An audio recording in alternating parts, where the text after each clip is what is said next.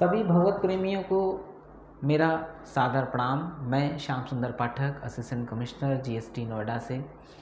मैं आज आपसे एक छोटे से अनुरोध के साथ सामने आया हूं और वो अनुरोध है दिव्य ज्योति जागृति संस्थान की 17 और 18 अगस्त को द्वारका के सेक्टर 10 में होने वाली कृष्ण जन्माष्टमी महोत्सव के विषय में, जिसमें आप बहुत सारे ऐसे रहस्यों को जानेंगे जो आपके मन में उठते रहे हैं।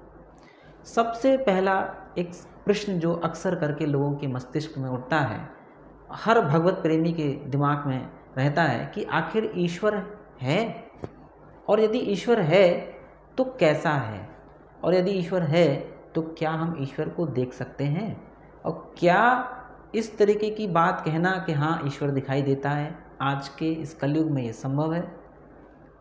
तो इन सारे प्रश्नों के जवाब आपको उन दोनों दिनों के कार्यक्रम में जानने को, समझने को मिलेगा। दोस्तों, अपने आज के इस वीडियो में मैं बस छोटा सा आपसे एक अनुरोध करूंगा, और वो ये कि हम सभी भगवत प्रेमी कृष्ण को मानते हैं एक अवतार के रूप में, योगेश्वर के रूप में हम उन्हें पूजते हैं। हम कृष्ण को तो मानते हैं, लेकिन कृष्ण ने अब जो बातें गीता में कहीं उनको नहीं मानते। कृष्ण को तो मानते हैं लेकिन कृष्ण की नहीं मानते। अब आपके मन में सवाल उठ रहा होगा कि हम तो कृष्ण की मानते हैं। तो कृष्ण की यदि आप मानते हैं तो गीता के 4 अध्याय के 34वें श्लोक में जाइए। अर्जुन के मन में बहुत सारे संशय हैं, बहुत सारे संदेह हैं, डर हैं, आशंकाएं हैं। उन सारे डरों को, आशंकाओं को खत्म करने के लिए भगवान कृष्ण एक निर्देशक श्लोक कहते हैं कि तद्दुदे प्रणिपातेन परिकृष्णेन सेवया उपदेक्षन्ति ते ज्ञानम ज्ञानस्तत्वदर्शिनः, कि हे अर्जुन तू क्या कर, किसी तत्वज्ञानी गुरु की शरण में जा। तत्वज्ञानी गुरु कौन? जो मुझे तत्व से जानता है, जो मुझे असलियत में जानता है, जो मुझे वास्तव में जानता है। ऐसे तत्वज्ञानी गुरु के पास जा, उन्हें पहले तो श्रद्धा से प्रणाम कर। क्यों कर? क्योंकि श्रद्धावान लभते ज्ञानम, श्रद्धावान को ही ज्ञान मिलेगा।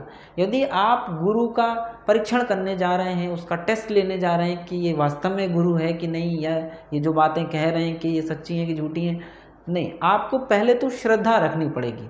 लेकिन श्रद्धा के साथ परिप्रश्नेन, प्रश्न भी करने हैं, श्रद्धा भी रखनी है, क्योंकि श्रद्धा के बिना लाभ नहीं होगा, ज्ञान नहीं मिलेगा। लेकिन प्रश्न भी जागृत रखने हैं। कैसे? विवेकानंद की तरह। तो हमको अपने जीवन में विवेकानंद की तरह बनना है। विवेकानंद भी जब भी किसी गुरु के पास जाते थे, वो 3 ही प्रश्न करते थे। क्या आपने ईश्वर को देखा है? और यदि आपने ईश्वर को देखा है तो क्या आप मुझे दिखा सकते हैं? क्या आपके पास कोई प्रमाण है कि ईश्वर है? ये 3 प्रश्न वो सबसे करते थे, और ऐसा करते करते, इन प्रश्नों के उत्तर ढूंढते ढूंढते वो 50 से ज़्यादा गुरुओं के पास गए। दुर्भाग्य की उनको हर जगह से निराशा हाथ लगी। लेकिन जो ईश्वर की तलाश में निकला हो, जो गुरु की तलाश में निकला हो, उसको ईश्वर कैसे न मिलते। रामकृष्ण परमहंस के रूप में उनके जीवन में एक तत्वज्ञानी, एक पूर्ण ज्ञानी, एक पूर्ण ब्रह्म उनके जीवन में आया। यही 3 प्रश्न विवेकानंद ने रामकृष्ण परमहंस से किए। क्या आपने ईश्वर को देखा है? क्या ईश्वर का कोई प्रमाण आप मुझे दे सकते हैं? और क्या आप मुझे ईश्वर का दर्शन करा सकते हैं, दिखा सकते हैं? तो जो पूर्ण ज्ञानी गुरु होता है, वो ये नहीं कहता कि जा तू पहले अपने आचरण सुधार, जा पहले तू अपने संस्कार सुधार ना। जैसे एक डॉक्टर अपने मरीज का तुरंत इलाज करता है, ठीक ऐसे ही एक तत्वज्ञानी गुरु शिष्य के इन प्रश्नों के न केवल जवाब देता है, बल्कि साक्षात दर्शन कराता है। रामकृष्ण परमहंस ने केवल विवेकानंद की बातों का उत्तर नहीं दिया, बल्कि साक्षात दर्शन भी कराया। जिस बात को गीता में भगवान कहते हैं 5वें अध्याय के 5वें श्लोक में, कि मैं तुझे सिर्फ ज्ञान नहीं प्रदान करूंगा, मैं तुझे विज्ञान सहित, यानी विज्ञान मतलब प्रैक्टिकल करके दिखाऊंगा। जैसे मैं आपसे कहूं कि हवा में पानी है, आप कहेंगे हाँ है। फिर मैं यदि आपसे प्रश्न करूं कि क्या आप दिखा सकते हैं, तो आपके दिमाग में एक प्रश्न उठेगा, अरे कैसे दिखा सकते हैं? लेकिन हाँ, दिखा सकते हैं। कैसे? यदि एक गिलास में ठंडा पानी भर दिया जाए तो गिलास की बाहरी सतह पर आप देखेंगे तो पानी की छोटी छोटी बूंदें इकट्ठी हो जाती हैं। वो कहाँ से आई? क्योंकि वो उस एनवायरनमेंट की, उस वायुमंडल की जो भाप थी, जो पानी उस भाप के रूप में था, वो जमा हो गया। यानी कि हवा में पानी था, लेकिन आपने एक छोटे से एक्सपेरिमेंट के द्वारा उसे प्रकट कर दिया उसे। तो साइंस क्या है? Science is the exploration of hidden facts. वो चीज़ें जो दिख नहीं रही, आप उनको जब सामने लाते हो, वो विज्ञान है। भगवान ने कहा मैं तुझे सिर्फ ईश्वर के बारे में नहीं बताऊंगा, मैं तुझे दिखाऊंगा भी। लेकिन जब दिखाना शुरू किया तो अर्जुन कहता है कि प्रभु मुझे तो कुछ नहीं दिख रहा। भगवान कहते हैं ऐसे दिखूंगा ही नहीं, क्योंकि मैं तो अगोचर हूँ। आ माने नहीं, गो माने इंद्रिय, चर माने प्राप्त होने वाले, यानी मैं इन इंद्रियों से प्राप्त नहीं हो सकता। तुम हो एक अगोचर, सबके प्राणपति। तो मैं ऐसे नहीं दिखूंगा, लेकिन मैं कैसे दिखूंगा?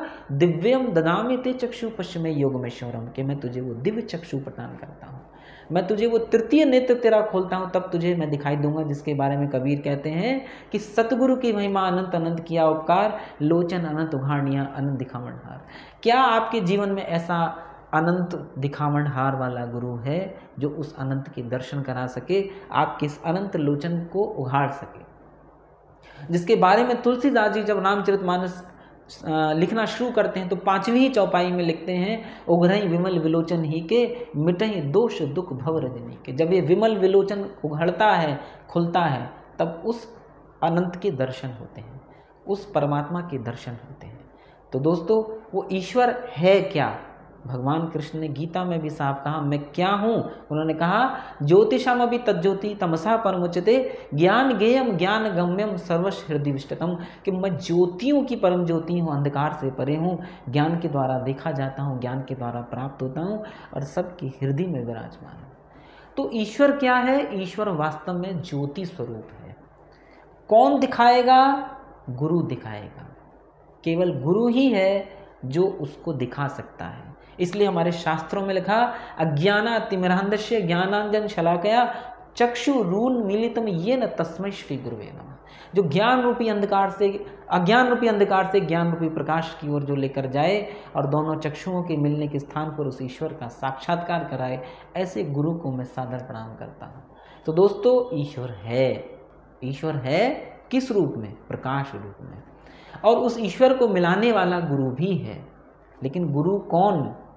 वही रामकृष्ण परमहंस जैसा, जो न केवल ईश्वर की बातें करे बल्कि उस ईश्वर का साक्षात्कार कराए, तत्काल दिखाए। दोस्तों, मुझे कहने में कोई संकोच नहीं है कि दिव्य ज्योति जागृति संस्थान न केवल ईश्वर की बातें करते हैं बल्कि उस ईश्वर का साक्षात्कार कराते हैं।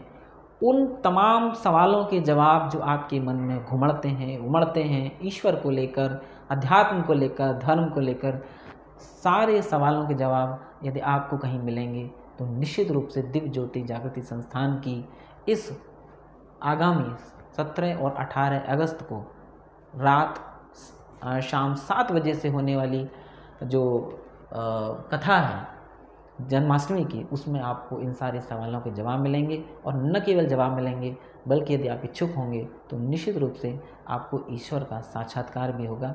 इन्हीं शब्दों के साथ पुनः मैं आपसे अनुरोध करूंगा कि अपना कीमती समय निकाल कर, और कीमती समय तो सीधी सी बात है, जिंदगी जब तक रहेगी, फुर्सत न होगी काम से, कुछ समय ऐसा निकालो, प्रेम कर लो श्री राम से, तो ज़िंदगी ख़त्म हो जाएगी, काम कभी ख़त्म नहीं होगा। अपने उस व्यस्ततम समय में से थोड़ा सा समय उस ईश्वर के लिए ज़रूर निकालिएगा।